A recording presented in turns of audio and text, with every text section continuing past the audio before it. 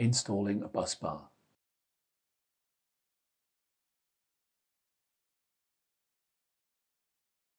Make sure the two cables are routed underneath the rear end of the bus bar. Align the bus bar with the guide pins on the GPU board while placing it on the GPU board. Then, fasten the screw to secure the bus bar to the GPU board.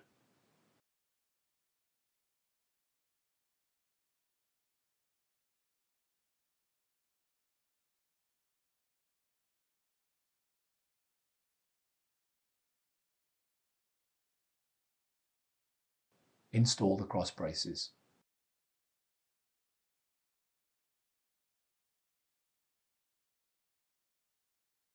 Install the tray cover.